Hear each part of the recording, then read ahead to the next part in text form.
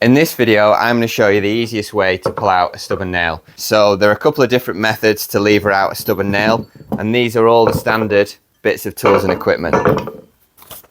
You can start off with something that causes the little amount of damage to something that causes the maximum amount of damage.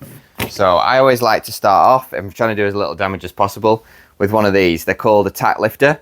If you can get that in behind the head of your nail and pull it out, get it started, and then you can resort to some heavier equipment. So you've got a tack lifter at your disposal. These are really handy at just getting in behind the head. Then once you've got that nail started, I'll normally then switch to some pincers. So once I see the nail coming out to a certain level, I'll get the pincers on it, and I always like to use a little protective block of wood to just lever against with my pincers. And then once I've got the nail really sticking out my wood, I'll either use a hammer or I'll use a bar if I need some more leverage.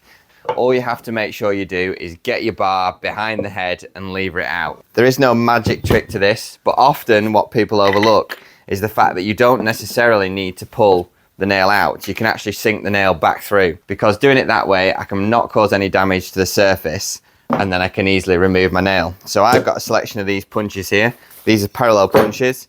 I'll pop a link to these in the description, and you want to select the punch that's just slightly smaller than the head of your nail. So that one's a bit too big, this one's about right. So we've got our nail there, and all we're going to do is sink this nail through. We're not going to sink it right through this floorboard. We're just going to sink it through so the head sticks out into our joist and we can get a bar on it to remove it. So we're going to send this in. If you're a little unsure how deep to go, you can always put a mark on your punch. So I know I want to go to about that depth. Use my finger as a bit of a reference. Sink that in. So we've gone the other way with our punch. We've not tried to prise the nail out, we've tried to sink the nail in.